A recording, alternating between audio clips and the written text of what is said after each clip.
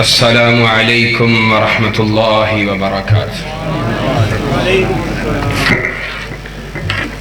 نحمدہ ونصلی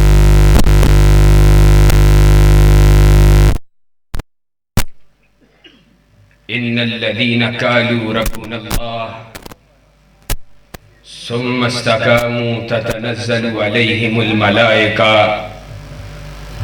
الا تخافوا ولا تحزنوا وابشروا بالجنة التي كنتم توعدون۔ وقال الله تبارك وتعالى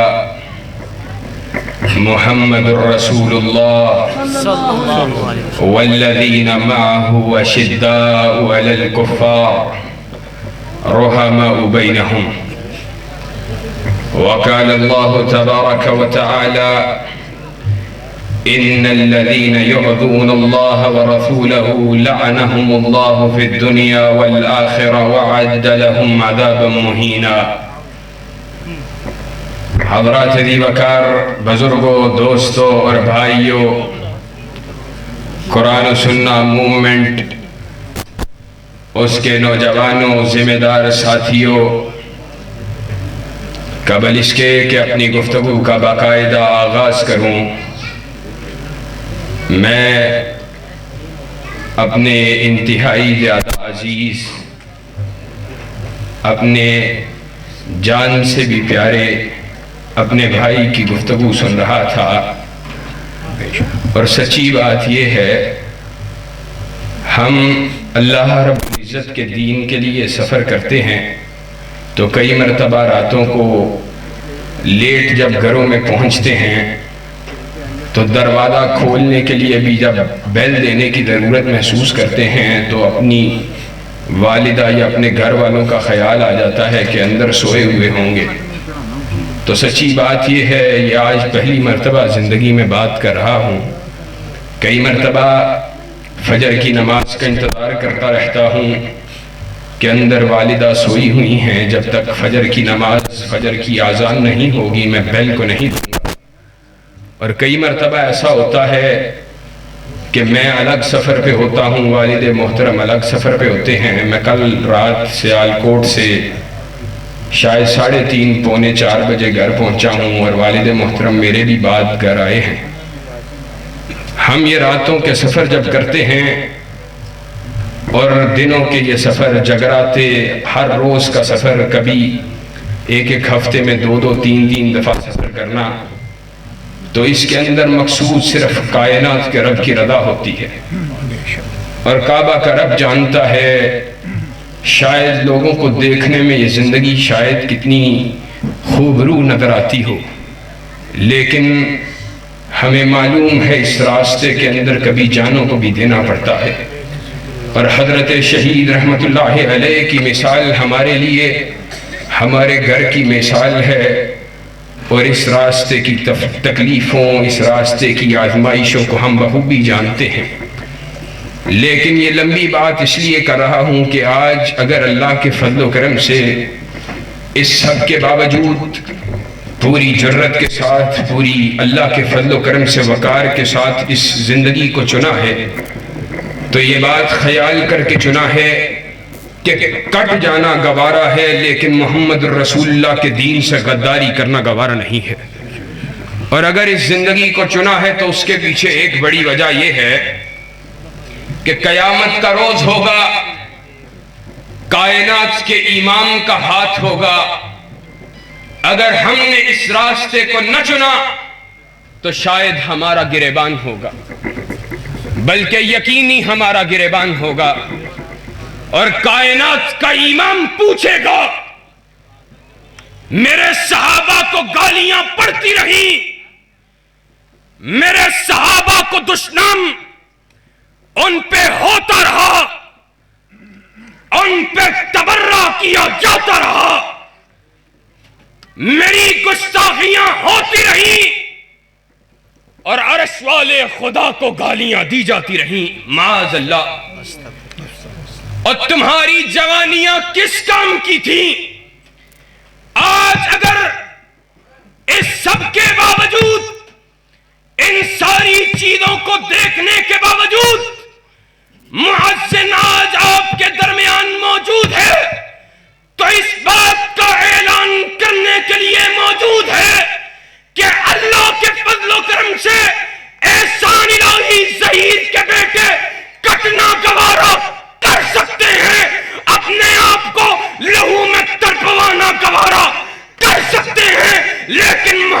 کے دین سے غداری گوارا نہیں کر سکتے. جب تک سورج چاند رہے گا لمحہ تیرا نام رہے گا. جب تک سورج چاند رہے گا لمحہ تیرا نام رہے گا. زندہ باد زندہ باد زندہ. اور بات گواہان ختم نبوت کی ہو رہی ہے. اور آج موقع کی مناسبت سے اللہ تیرے فضل پہ قربان جاؤں. حضرت میرے والد صاحب نے، اور میرے قائد بھی ہیں، میرے والد بھی ہیں، انہوں نے کہا تھا، اور یہ بات صرف اس لیے نہیں کہہ رہا کہ میرا باپ ہے، کعبہ کا رب گواہ ہے، میری زبان پہ جو الفاظ جاری ہوتے ہیں یا میرے جسم کے اندر، دل کے اندر جو اللہ کے دین کی تڑپ کچھ موجود ہے تو میں نے وہ اپنے باپ سے گٹی میں حاصل کی ہے. اور اللہ کے فضل و کرم سے میرے باپ نے کہا تھا ختم نبوت کے عقیدہ کی جنگ ہمارے دادوں نے لڑی، ہمارے بڑوں نے لڑی، ہمارے پردادوں نے لڑی، آج ہم لڑ رہے ہیں. کل ہم نہیں ہوں گے، ہمارے بیٹے لڑیں گے، ہمارے پوتے لڑیں گے، ہمارے پڑپوتے لڑیں گے. آج ان کے الفاظ کو آگے بڑھاتے ہوئے اور عملی جامہ پہناتے ہوئے کہتا ہوں، کل تک اقتسام الہی صحیح لڑ رہا تھا، آج قیم بھی لڑ رہا ہے، آج محسن بھی لڑ رہا ہے. انشاءاللہ کٹ جائیں گے لیکن ختم نبوت پہ کسی کو حملہ کرنے نہیں دیں گے. نعرہ تکبیر. علامہ تیرا قافلہ، علامہ تیرا قافلہ، علامہ تیرے 40 سال، علامہ تیرے 40 سال، پرانا سننا میں پاکستان. اور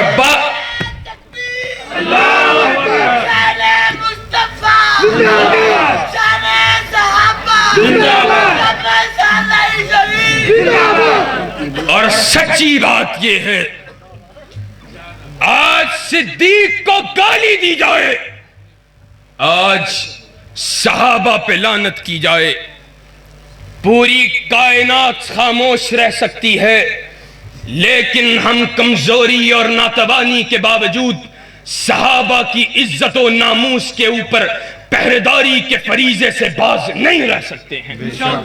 اور کون میرے نبی کے صحابہ؟ میرے نبی کے وہ عظیم صحابہ جانیں دی ہیں انہوں نے اپنا آپ کٹوانا گوارا کر لیا، اپنے آپ کو لہو میں تڑپوانا گوارا کر لیا، اپنے بچے قربان کرنا گوارا کر لیے، ایسی ایسی محبتوں کی مثالیں پیش کی، میدان جہاد کے اندر گھوڑوں کو دوڑانا گوارا کر لیا، ایسی ایسی عظیم مثالیں پیش کی.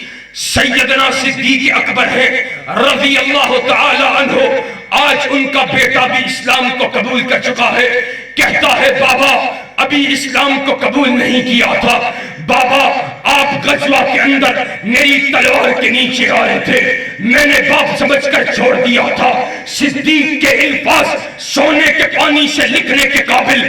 صدیق نے کہا بیٹا تو نے باپ سمجھ کر چھوڑ دیا تھا، اگر صدیق کی تلوار کے نیچے تیری گردن آ جاتی، صدیق بیٹا سمجھ کر چھوڑتا نہیں بلکہ محمد رسول اللہ کا غدار سمجھ کر گردن کو وجود سے علیحدہ کر دیتا، لیکن اس بات کے اوپر مارے تصدیق کو ثبت کر دیتا. صدیق وہ ہے جو ہر شے کو تج کرنا گوارا کر سکتا ہے لیکن محمد سے غداری کرنا گوارا نہیں کر سکتا. نعرہ تکبیر، نعرہ تکبیر. شان صحابہ، شان صدیق اکبر، قرآن و سنہ مومنٹ پاکستان. اور آج افسوس کی بات ہے صحابہ کی گستاخیاں کی جاتی ہیں، صحابہ پہ تبرہ کیا جاتا ہے اور یہ خیال کیا جاتا ہے صحابہ کا دفاع کرنے والا کوئی نہیں ہوگا. جن کے دفاع کے اندر رب کا قرآن بولتا ہو اور جن کے دفاع کے اندر کائنات کے امام کا فرمان بولتا ہو، ان صحابہ کی عزت اور ناموس کے اوپر پہرےداری لڑائی کا فریضہ سر انجام دیتے ہوئے ہم کٹنا اپنے لیے باعث عزت عظمت اور افتخار سمجھتے ہیں۔ کائنات کے امام کے صحابہ جن کے بارے میں عبداللہ ابن مسعود نے کہا تھا ان اللہ نظر فی قلوب العباد فوجد قلب محمد خیر قلوب العباد فاصطفاه لنفسه وبعثه برسالته ثم نظر في قلوب العباد بعد قلب محمد صلى الله عليه وسلم فوجد قلوب أصحابه خير قلوب العباد ثم جعلهم وزراء النبي صلى الله عليه وسلم۔ کائنات کے امام کے صحابہ کی عظمت کو بیان کرتے ہوئے عبداللہ بن مسعود کہتے ہیں اللہ نے ازل میں لوگوں کے دلوں کو دیکھا، بہترین ترین دل کائنات کے امام کے دل کو پایا، آپ کو منصب نبوت پہ سرفراز فرما دیا، آپ کو خلعت ختم نبوت کو اوڑھ دیا۔ کائنات کے امام کے بعد لوگوں کے دلوں کو دیکھا، بہترین ترین دل کائنات کے امام کے صحابہ کے دلوں کو پایا، صحابہ کے دلوں کو بہترین پایا، آپ کو کائنات کے امام کا ساتھی بنا دیا۔ عظمت صحابہ، شان صحابہ، مقام صحابہ، گواہان ختم نبوت، حافظ طیب الہی صحیح شان مصطفیٰ، شان صحابہ۔ اور اللہ کے فضل و کرم سے صدیق کا مقام پتہ ہے کیا ہے؟ کائنات کے امام کے حوالہ سے صحابہ نے نقل کیا ہے، کہا ہم نے کائنات کے امام کے زبان سے جب بھی سنا، کائنات کا امام کہتا خرجت انا وابو بکر وعمر دخلت انا وابو بکر وعمر، کہا وعمر، کہا کائنات کا امام جب بھی کہتا میں فلاں جگہ پہ داخل ہوا میرے ساتھ ابو بکر و عمر تھے، میں فلاں جگہ سے نکلا تب بھی میرے ساتھ ابو بکر و عمر تھے، بات کو آگے بڑھاتا ہوں، کائنات کا امام قبر کے اندر اتارا گیا، آج بھی ساتھ ابو بکر و عمر ہے، کل قیامت کے روز اٹھایا جائے گا تب بھی ابو بکر و عمر ساتھ ہوں۔ شان صدیق اکبر، شان فاروق اعظم، خلافت راشدہ، خلافت راشدہ۔ اور ان کو یہ مقام بلند اس لیے حاصل ہوا کہ انہوں نے کائنات کے امام کا دفاع کیا تھا، انہوں نے دفاع کا حق ادا کیا تھا، ایسی ایسی قربانیاں پیش کی، ایسی ایسی اپنی جوانیوں کو لٹوا دیا، نہ دنوں کو دیکھا، نہ راتوں کو دیکھا، نہ لیل کو دیکھا، نہ نہار کو دیکھا۔ کائنات کے امام کا ادنا اشارہ آبرو ہوتا، صحابہ گردنوں کو کٹوانا اپنے لیے اعزاز سمجھتے تھے۔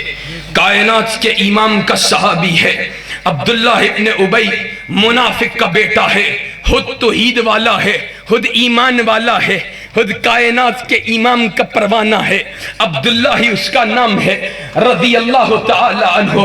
کائنات کے امام کی شان میں عبداللہ ابن ابی نے گستاخی کی ہے، کائنات کے امام کا یہ پروانہ دوڑتا ہے، مدینہ کے راستے میں عبداللہ ابن ابی کو روکتا ہے، کہتا ہے تو ذلیل ہے، اپنے بارہ میں ان کلمات کو ادا کر اور میں تجھے اب مدینہ کے اندر داخل ہونے نہیں دوں گا جب تک کائنات کا امام اجازت نہیں دے گا۔ کائنات کے امام کی بارگاہ میں پیش ہوتا ہے، کیا کہتا ہے اللہ کے رسول صلی اللہ علیہ وسلم لقد علمت الانصار بانی ابر الناس بوالدیہ، اے اللہ کے رسول انصار کے لوگ اس بات کو اچھے سے جانتے ہیں جتنا میں اپنے والد کا وفادار ہوں، مجھ سے زیادہ اپنے والد کا وفادار، اپنے والد کا حیا کرنے والا، اپنے والد کا فرمانبردار پورے انصار میں کوئی نہیں ہے۔ لیکن کائنات کے امام اگر آپ نے میرے باپ کے قتل کا ارادہ کر لیا ہے، یہ گستاخ رسول کی سزا صحابہ خود بیان کر رہا ہے، صحابی خود بیان کر رہا ہے، گستاخ رسول کے حوالے سے اپنے جذبات کا اظہار صحابی خود کر رہا ہے۔ اور آج ہمارے جذبات کے اوپر اعتراض کرنے والوں جاؤ عبداللہ کے جذبات کو دیکھو، کیا کہتا ہے؟ کہتا یہ ہے کائنات کے امام اگر آپ نے میرے باپ کے قتل کا ارادہ کر لیا ہے تو صحابہ میں سے کسی کو حکم نہ دیجئے گا، مجھے حکم دیجئے گا، آپ کی پلک نہیں جھپکے گی، میرے باپ کی گردن ہوگی اور آپ کے قدم ہائے مبارکہ ہوں گے۔ اور آج کائنات کے رب نے کہا تھا، کہتے ہیں کہاں پہ ہے گستاخ رسول کے بارے میں بڑی سخت باتیں کرتے ہو، بہت زیادہ سخت جملے بولتے ہو۔ میں سخت جملے بولتا ہوں اور میں اپنی طرف سے کوئی عقیدہ منہج لے کے نہیں آیا، اہل حدیث کا بیٹا ہوں، اہل سنت کا بیٹا ہوں۔ میرے لیے رب کے قرآن کے علاوہ محمد الرسول اللہ صلی اللہ علیہ وسلم کے فرمان کے علاوہ، کائنات کے رب کی عطا کردہ شریعت کے علاوہ کوئی چارہ ہی نہیں ہے۔ کائنات کے رب نے کیا کہا؟ وَإِنَّكَثُوا أَيْمَانَهُمْ مِن بَعْدِ عَهْدِهِمْ وَطَعَنُوا فِي دِينِكُمْ فَقَاتِلُوا أَئِمَّةَ الْكُفْرِ۔ یہ میں کہہ رہا ہوں، کائنات کا رب کہہ رہا ہے۔ کیا کہتا ہے؟ کہا جو اپنے عہد کو توڑنے والے ہیں، اور پھر تمہارے ابھی رسول اللہ صلی اللہ علیہ وسلم کے اوپر تان کی بات نہیں کی ہے، ابھی رسول اللہ کو گالی نکالنے کی بات نہیں کی ہے۔ وَطَعَنُوا فِي دِينِكُمْ فَقَاتِلُوا أَئِمَّةَ الْكُفْرِ، ایسے کفر کے اماموں کی گردنوں کو اتار کر سائیڈ پہ رکھ دو۔ گستاخ رسول کی یہ سزا، اور ہم